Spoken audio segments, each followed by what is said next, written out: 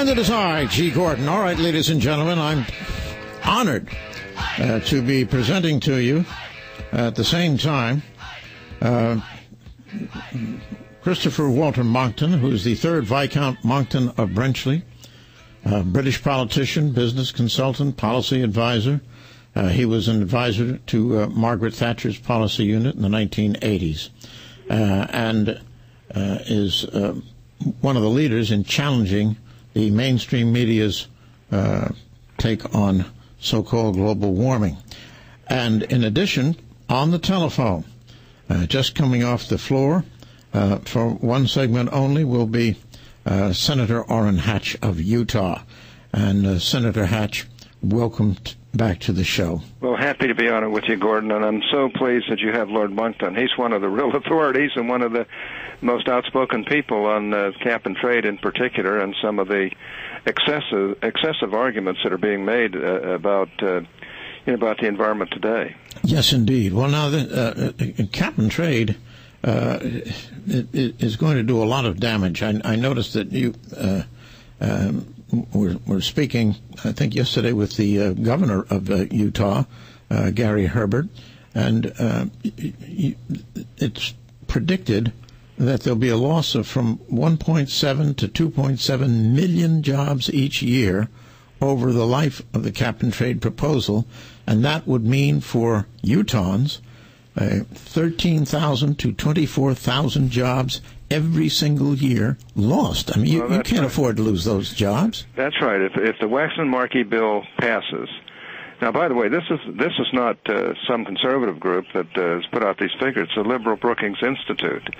They published a report estimating that Waxman-Markey will cost from 1.7 to 2.7 million jobs each year, and in Utah it'd be 13 to 24,000 lost jobs every year, and our state will lose between $256 and $455 million to its gross state product during the early years of the cap and trade. I might add in later years of cap and trade, when the program becomes more stringent, Utah would lose $2.8 to $4 billion of its gross state product. And you'll notice that the authors of the bill will not be in office when taxpayers are taking the hardest hit from cap and trade. Yeah. And what bothers me about all this is that you get very little benefit out of it. I mean, over 100 years. Let's be honest first. I think Lord Monckton will tell you that their goal of cap and trade is to reduce human CO2 emissions. About 95% of CO2 in the atmosphere is there naturally. So we're only working on a small portion of the carbon that would be in the atmosphere anyway. But that's why, according to the assumptions of, now listen to this, the United Nations scientists, not some conservative group, Waxman-Markey, if it were fully implemented, would only reduce the global temperature by somewhere between 0.07 and 0.2 degrees Celsius after 100 years. You'll pardon me for asking, yeah, and I'll ask this of both of you. How could you measure that on a global basis? Well, Senator, it's a real pleasure to be on with you here, and the only thing I would say about the figures you've just given is that they are a terrible underestimate of the damage that will be done to the Utah economy if the Waxman-Markey bill were implemented at all, let alone implemented in full. This bill is designed and intended to shut down capitalism in the United States. We're not dealing of marginal changes of a few thousand or a few million jobs here or there. This bill, if implemented, would close down the U.S. economy, and as Gordon Liddy has just rightly said, will have no measurable effect on the climate whatsoever. That's right. Well, in other words, in terms of passing a cost-benefit analysis, the Waxman-Markey bill would be a complete failure. Yeah, I agree with that. Any reasonable policymaker should oppose it. I mean, it's beyond me how far they've gone. Now, by the way, we've produced a report that lays out all these costs, and anyone can download it from my website at www.hatch.senate.gov. So, the report is called Cap and Trade, the Cost to Utah, and you can expand that to all the other states in the nation. And I might add, there are a lot of states couldn't take the pain that Utah can take. I mean, we're used to a painful existence because we're the second dry state in the Union. On our farming, it's always difficult. But we make it work, and we're still a pioneer group of people out there in Utah. But can you imagine how this is going to hit some of the larger states?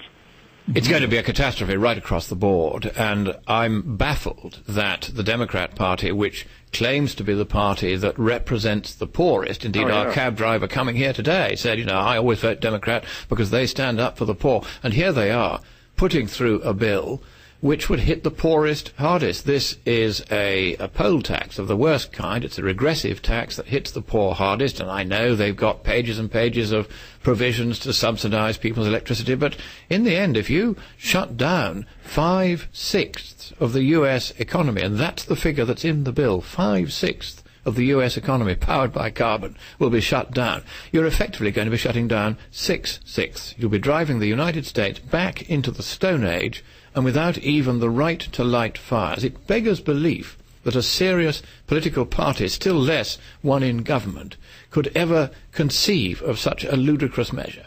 Well, one of the announced goals, Lord Moncton, is, that if that bill is going to accomplish its goals of reducing CO2 emissions, by definition, they have to raise the cost of goods and services that Utahns and all Americans throughout the country rely on. And that's one of the major ideas of this program, to make energy-intensive products more expensive so we use them less.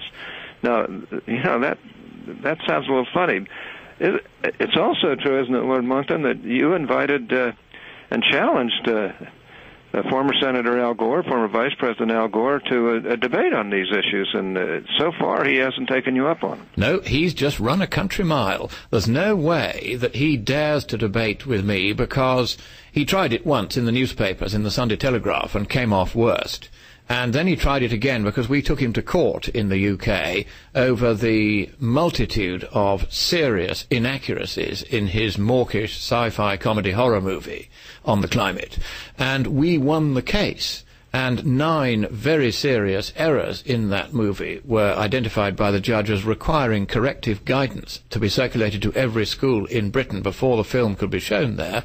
And the government was compelled by the court's order to circulate 77 pages of corrective guidance putting right the various numerous serious errors in Gore's movie. We're dealing not with a climate crisis here, but a propaganda crisis, where a left-wing faction of global governance wannabes, including Al Gore, Morris Strong, all the usual suspects, backed by a small but poisonous clique of politicized scientists in your major national science institutions, are pushing an agenda which would destroy democracy forever. The next danger we face is that in Copenhagen this December, the Conference of the States Parties to the UN Framework Convention on Climate Change will set up a fledgling world government. They won't call it that, of course, but that is what it will be. It will gradually be given greater and greater powers to subjugate the free US Constitution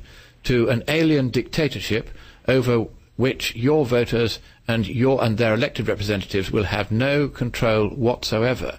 Let's be quite clear about this. The combination of the Waxman-Markey Bill and the Copenhagen Treaty, which your president simply wants to sign, will close down America and bring to an end the American dream, especially for the poor. Well, isn't it true, Lord Moncton, that more and more scientists who are getting the inner strength to come out and criticize what has been going on, and that there are hundreds of them, maybe even more than that, who are actually coming out and just saying that we're being led down a primrose path here. Well, you're quite right, and when you think that any scientist who does dare to stand up and say the emperor has no clothes, this is not even a religion, this global warming thing, but as Gordon Liddy rightly puts it, it's a superstition. If they dare to say that, they can lose their tenure, they can lose their jobs, they can be moved out into smaller and smaller offices. It's a very catastrophic thing that they face if they dare to speak the truth. And yet, as you rightly say, Senator, they are daring to speak the truth. They are daring to say, this will not pass. We will not allow our science and science generally to be bastardized and destroyed and brought low by this propaganda coup on the part of a few politicized scientists and a few unscientific politicians. And in the scientific literature also, more and more papers are now proving beyond doubt that the effect of CO2 on temperature is minimal. Well, beyond Al Gore, I mean, I wish he would take you up on your request for a debate, because he actually should take you up, because he has made his points all over the world, and the world they've even gone so far as to give him a Nobel Prize. But let me just ask you this: what about Dr. Hansen, who's one of the leaders in our bureaucracy here in Washington for the federal government? He seems to be. Wouldn't he be a good person to debate too? Because he seems to take the opposite side from you. Senator, in a very vociferous way, by the way. Senator, if you can broker that debate, I'd be delighted. But the last time I tried, then Jim Hansen was another one who ran a country mile. You see, I read the stuff that he writes in papers around the world, and I discovered that, for instance, he has projected, now get this, that sea level is going to rise imminently by 246 feet. That's halfway up the Washington Monument. 246 feet. Now, that's 12 times what even Al Gore has been forecasting. And Al Gore is way over what others who are a lot more skilled than either of these people are forecasting. Yeah, the truth is it's 8 inches in the next century, not 246. And that's if everything goes wrong. All right. Now, Senator Hatch, I know you've got to return to the floor. I want to thank you so much for joining us, and I want to thank you for leading the fight against all this madness. You're doing a wonderful job up there. God bless you, Senator. Thank you, Gordon, and it's good to talk to you, Lord Monckton. You're doing a great job. All right, ladies and gentlemen, we'll take a quick break, and Lord Monckton and I will return in just a moment. We've been speaking with Senator Orrin Hatch, Republican of Utah.